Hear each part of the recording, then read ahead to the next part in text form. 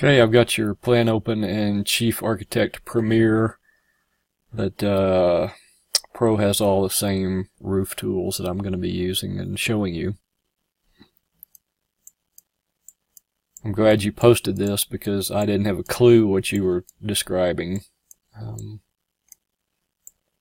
I don't think you're going to get any of the Chief Architect Home Designer products to generate what you want automatically.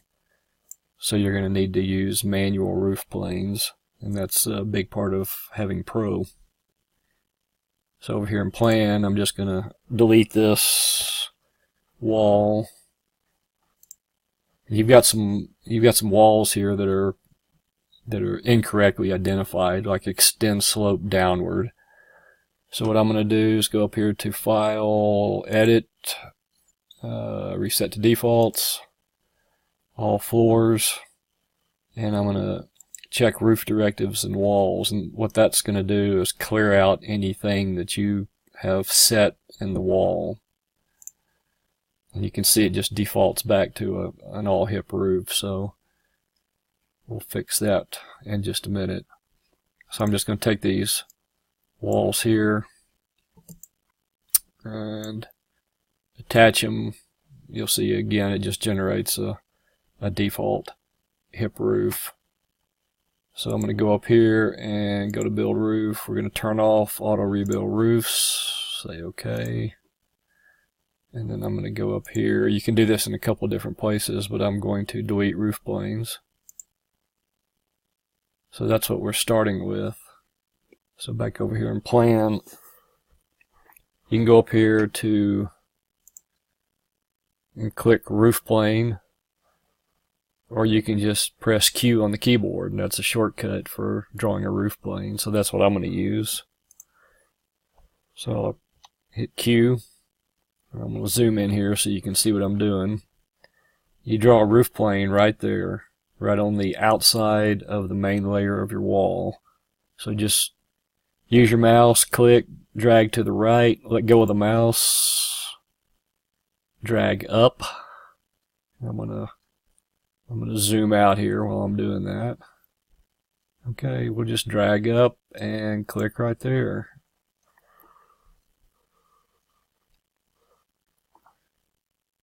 And back over here,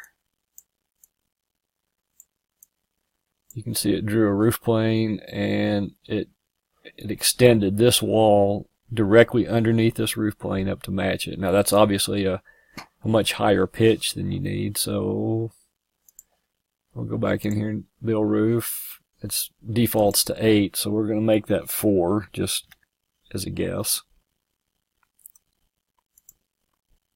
Now that didn't do anything to this roof plane. It won't change ones that are already drawn, but it will change the pitch of ones that you draw in the future. So I'm going to just click this roof plane and hit delete. So we're going to do that again. Q on the keyboard. Right there, we'll draw a roof plane across, drag it up somewhere about there, and there's that's what it drew. So we'll do the same thing over here. Q on the keyboard, right along the wall, come up here, and there's the one going the opposite direction. So you can click on an edge, and you'll see you've got this big orange handle here. You can grab that, and you can do this a couple different ways. You can just drag it, or let's say you want the default's 18 inches for an overhang. So let's say you want this to go out here 18 inches. Click this temporary dimension, enter a -18, return, and that puts it out there 18 inches. So I'm going to do the same thing over here. Do -18. Same thing here. -18. And same thing here. Now you notice that this is what the program does. It's found the next roof plane. It's not smart enough to go over to this wall. So I'm going to drag this over right there, and then I can click on this 8 inches and make that minus 18. Come back over here,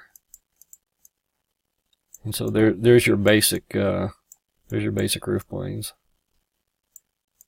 Now this roof is obviously intruding into this part of the structure over here, and it's doing the same thing back over here.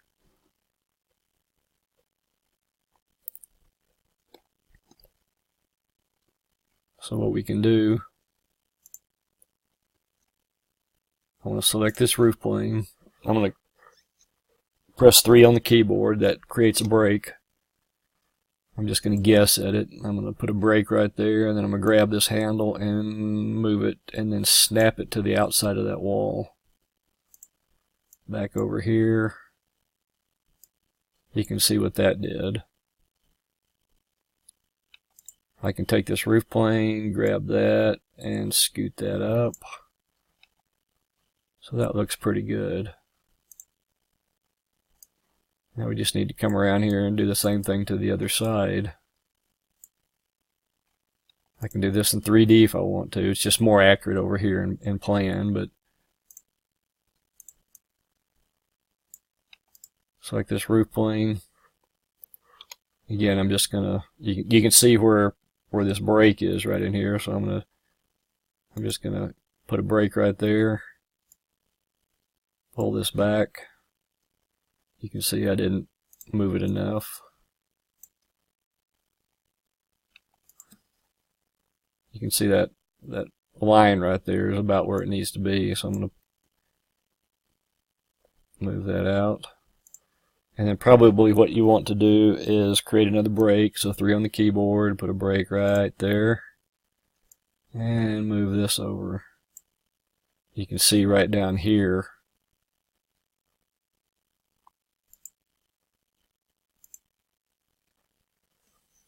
I probably want to align that with this up here. So what I can do is I can just take this, grab that, and while I've got my mouse holding that, I can mouse up to right here, and you can see that hourglass. That means that those are in alignment. And so that brings that out there. Now this wall here, this wall is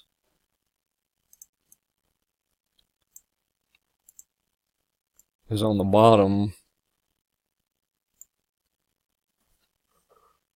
I'm holding control so I can move this back just a little bit. The wall that's above this one,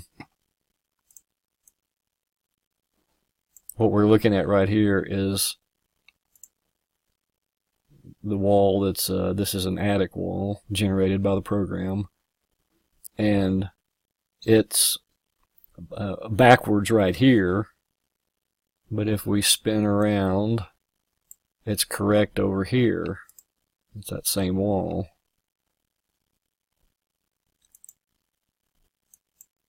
So what needs to happen is, let's go up to the attic, and here's that wall. I'm going to turn on reference display, F9,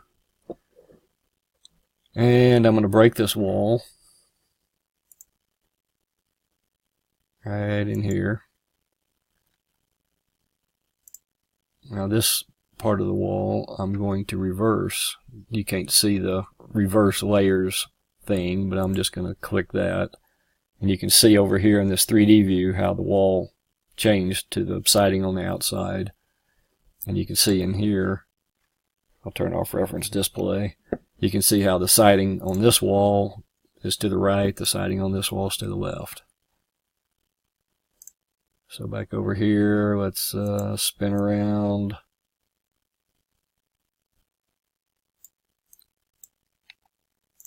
This needs to come down just a little more.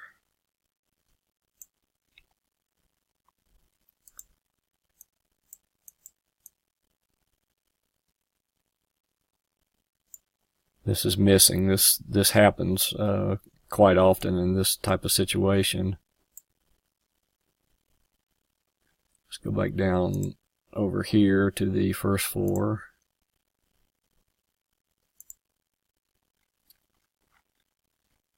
You can see this wall or this roof plane. You can see it over here in plan view how I moved it back.